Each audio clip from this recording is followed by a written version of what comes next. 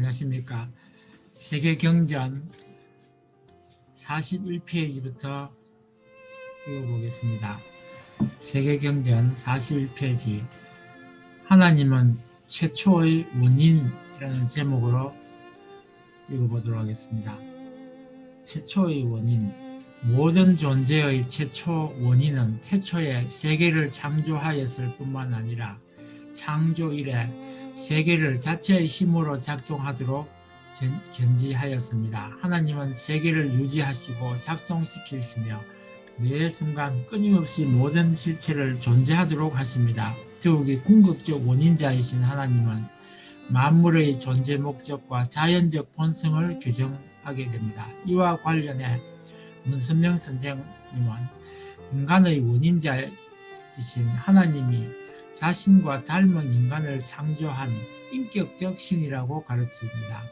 어느 것도 하나님이 규정한 존재 목적을 떠나 존재할 수 없으며 모든 것은 하나님의 보이지 않는 손에 의해 그 목적을 향해 움직입니다. 이것은 또한 하나님의 역사의 원인임을 의미합니다. 문선명 선생님은 역사가 하나님의 목적, 즉 일정한 법칙에 의해 주도되는 하나님의 섭리에 따라 진행되며 분명한 목적을 지향한다고 가르칩니다. 세계가 그 섭리의 목적을 달성할 때 원인자이신 하나님과 결과물인 인류는 하나가 될 것입니다. 1. 모든 존재의 원인자. 힌두교 바가바드기타 아르주나여, 나는 모든 존재들의 씨앗입니다. 왜냐하면 움직이는 것이든 움직이지 않는 것이든 나 없이 존재할 수 있는 것은 아무것도 없기 때문입니다. 그대가 보는 강한 것, 아름다운 것 또는 영적인 힘은 무엇이나 나의 본질 한 조각에서 생긴 것임을 이해할지어다. 다음은 고린도전서 한 구절을 읽어보겠습니다. 우리에게는 아버지가 되시는 하나님 한 분이 계실 뿐입니다. 만물이 그분에게서 생겼고 우리는 그분을 위해서 있습니다. 그 다음에 힌두교의 베다경을 읽어보겠습니다. 예정이 깊은 현자는 그 속에 우주가 하나의 가정을 지니게 되는 저 신비로운 존재를 바라봅니다. 전체는 그 속에서 하나 되고 거기로부터 나옵니다. 주는 피조물들의 기본적 요소입니다. 또 이슬람의 꾸란을 읽어보겠습니다. 그분은 창조하시고 되돌려 주실 수 있는 분입니다. 그분은 사랑으로 관대하신 분, 영광스러운 옥조와의 주인이시며 원하시는 바를 이루시는 분이시니라.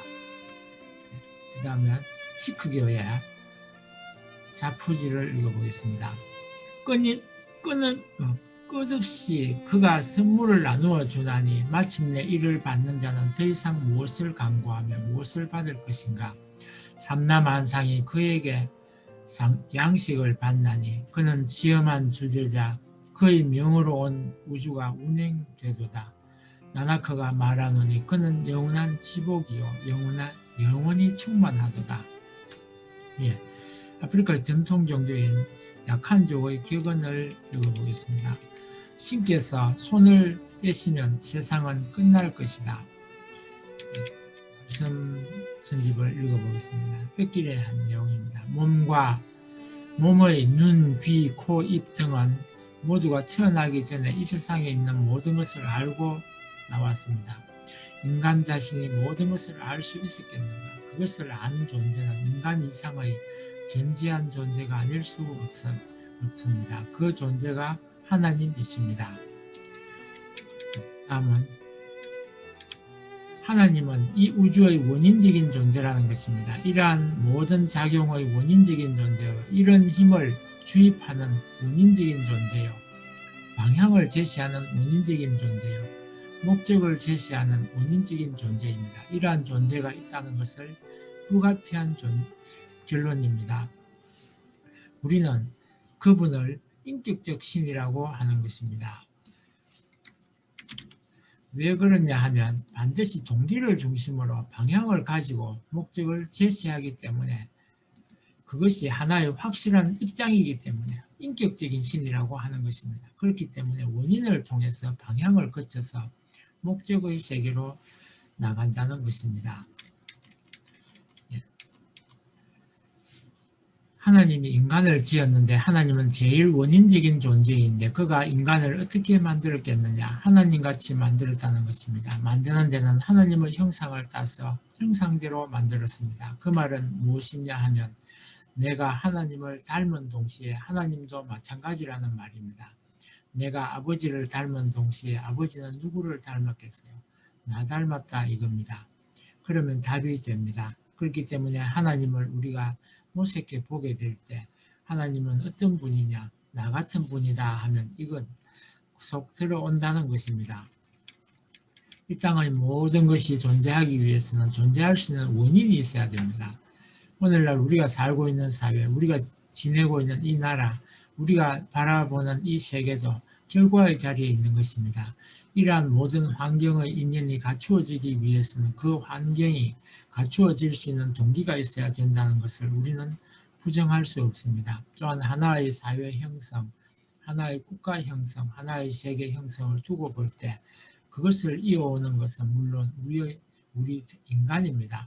그렇지만 인간이 형성될 수 있는 근본 원인은 인간 자체가 될 수 없습니다. 인간은 어디까지나 결과적 존재의 입장을 피할 수 없는 것입니다.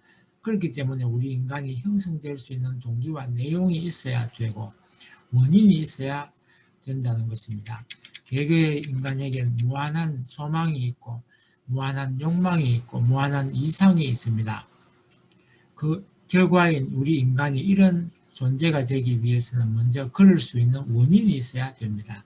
그 원인이 바로 우리가 말하는 하나님이라는 것입니다. 하나님은 인격적인 신이기 때문에 인간의 전체적인 동기이며 원인이라는 것입니다. 그 원인인 하나님께서 그런 내용을 지니셨기 때문에 결과인 인간도 그와 같은 내용을 지니지 않을 수 없다는 것입니다. 그러므로 원인된 하나님과 기결점이 인간 세계를 중심 삼고 나타나야 됩니다. 이것이 인간을 찾아온 하나님의 소원이라는 것입니다. 역사 배후의 원인자, 종교경전을 먼저 읽어보겠습니다. 기독교 이사야서에 보면 처음부터 이루어진 일들을 생각해 보아라. 내가 신이다. 나밖에 없다. 내가 하나님이다. 나와 같은 자 또 어디 있느냐. 처음부터 장차 있을 일을 일러주고 이루어지기도 전에 미리 알려준 자 나밖에 없다. 무엇이든지 내 뜻대로 된다. 나는 결심한 것은 이루어야 만다 하고 주장할 자 나밖에 없다. 나만이 해돋는 곳에서 독수리를 불러오며 먼 곳에서 내 뜻을 이룰 사나이를 불러온다. 나는 한번 말한 것은 이루어야 만다. 계획을 세운 것은 그대로 하고야 만다. 우란의 내용을 읽어보겠습니다. 마치 글을 쓴 종이 두루마기를 마는 것처럼 우리가 하늘을 마는 날을 기억하라. 하나님이 첫 번째 창조를 시작한 것처럼 우리는 그것을 되풀이할 것을 약속하며 반드시 행할 것이니라. 우리는 시편 속에서 모세에 대한 훈계 후에 그 땅은 나의 올바른 종들이 상속할 것이라고 이미 기록해 두었느니라. 바하마 교의 낙수집을 읽어보겠습니다. 바울라 저서들의 낙수집은 이렇게 기록하고 있습니다. 제가 정언하나니 당신이 모든 피조물의 주가 되시고 보이거나 보이지 않는 모든 존재의 교육자이십니다. 제가 증거하나니 당신의 능력이 우주 전체를 망라하고 땅의 무리가 결코 당신을 실망시킬 수 없으며 만 백성과 나라의 주권이 당신의 목적을 이루는데 방해가 될 수 없을 것입니다. 저는 당신이 전 세계의 쇄신과 전 세계 백성의 통일 그리고 그곳에 사는 모든 사람의 구원 외에 다른 욕망을 가지고 있지 않음을 인정합니다. 말씀집을 읽어보겠습니다. 세계의 모든 종교는 우주의 근본 원인을 창조주 혹은 하나님이라는 분을 제일 원인으로 인정하는 데서부터 출발합니다. 그런 하나님이 계신다면 그 하나님은 선이시요 영원 불변하시고 유일하시며 절대적인 분이어야 합니다. 하나님께서 이 세상을 지으셨다면 거기에는 반드시 창조 목적이 선행되었을 것입니다. 그리고 그 창조 목적 역시 영원, 불변, 유일, 절대적이어야만 합니다. 인간 자체를 논하게 될 때 인간은 어디까지나 결과적인 존재이지 근원적인 존재가 아닙니다. 내가 제일 원인적 존재라고 주장하는 사람은 하나도 없습니다. 원인은 모르지만 결과적인 존재로 태어났습니다. 사람이 무엇이냐는 문제를 생각할 때 결과적으로 태어난 사람에게는 사람 될 수 있게 된 동기가 있음에 틀림없으니 제일 원인적인 존재로 제시할 근유가 있어야 된다는 것입니다. 그렇기 때문에 신에 대한 문제를 놓고 나에 대한 확실한 답, 신에 대한 확실한 답을 내릴 수 있어야 됩니다.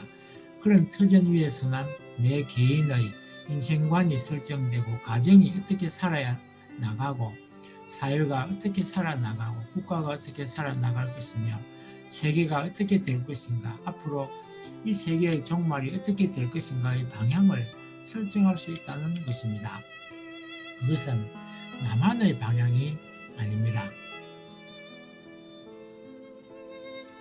역사의 방향이 악을 향하여 나아가는 것 같지만 그렇지 않습니다. 인간이 자신의 마음을 중심 삼고 몸을 억제하여 새로운 각오와 새로운 결심으로 나아갈 방향을 취하듯이 역사도 역사 자체로 지향하는 것이 아닙니다.